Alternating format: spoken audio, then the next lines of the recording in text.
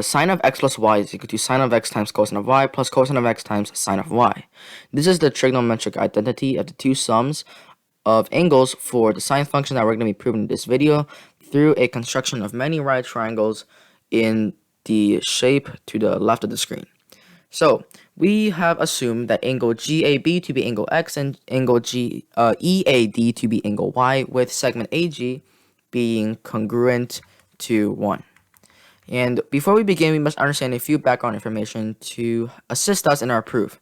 First, we must understand that shape FEDC is a rectangle. And the reason why for this is because all four angles within this shape is 90 degrees. And since all four angles are 90 degrees, that means that by definition it is a rectangle. And within rectangles, we can apply rectangles properties, and that is that opposite sides within a rectangle are parallel to one another. So in other words, FE is parallel to CD, and FD is, or it's not FD, sorry, FC segment is parallel to ED segment. And what is CD segment also on the same line as? CD is on the same line as AD. The reason why for this is because angle ACD is 180 degrees, meaning that AD is a line that's part of segment CD. So CD is also parallel to AD segment. And that is also congruent to FE segment via a cross relationships between these segments. And what is ED segment congruent to? It is congruent to FC segment. So with this, with the right triangle, or not right triangle, rectangle out the way, we can now analyze the definitions of the sine function and the cosine function within right triangles. The definition for the sine function is the opposite side relative to angle theta divided by the hypotenuse, whereas the cosine function is the adjacent side relative to angle theta divided by the hypotenuse. So with these definitions, we can finally begin with our proof. So what is sine of x relative to right triangle AGE?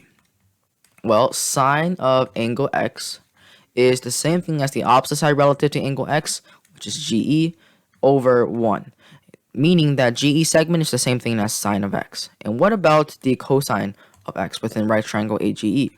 Well, the cosine of x is equal to the adjacent side relative to angle x, which is AE, over the hypotenuse, which is 1, meaning that segment AE is the same thing as cosine of x. So we've rewritten the side lengths of G and AE in terms of x, and that will come useful later on. And now what we can do is, well, we can now find the definition of sine of x plus y in a right triangle. And in what right triangle does it contain the angle of x plus y? Well, within right triangle AGE, it contains that angle. And we can apply our definition for the sine function within right triangles to help us find what sine of x plus y is congruent to, as in the ratios of opposite over hypotenuse. So treat x plus y as this giant angle of angle GAC. So the opposite side relative to angle GAC, or x plus y, is by definition equal to GC segment over 1 the hypotenuse, meaning that GC segment is equal to sine of x plus y. And what is GC segment composed of? Well, GC segment is composed of the sum of GF segment and FC segment.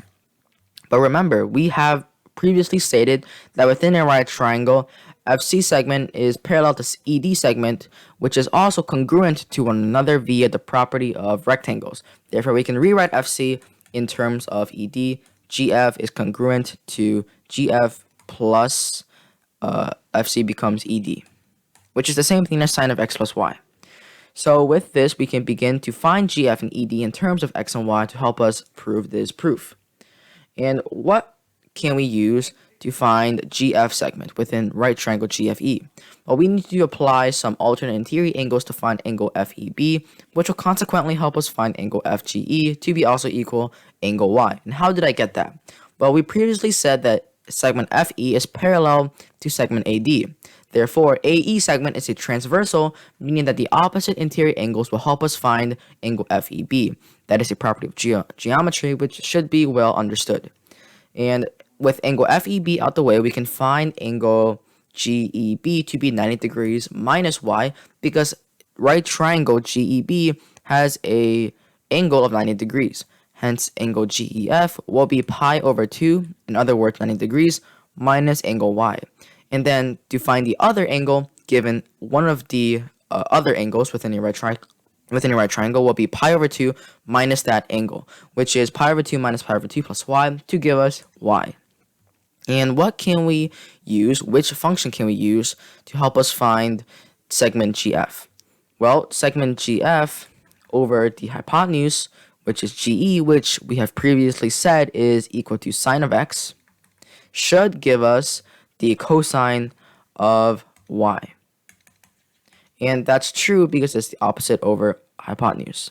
Therefore, if we cross multiply, we can say if we scroll to the right here, since I'm running out of room, GF segment is equal to sine of x times cosine of y, which is first part of our proof complete. And what can we do to find segment ED in terms of x and y? Well, segment ED, we can find it within right triangle AED, since sine of y should give us segment ED. So let's do that.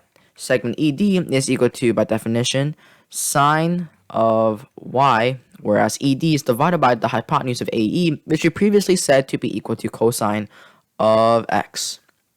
And since we have that, we can cross multiply to get ED's correspondence with x and y to be equal to sine of y times cosine of x. So that is cosine of x times the sine of y. And now we can apply these quantities that we just solved for to finish our proof of the angle sum identity for sine.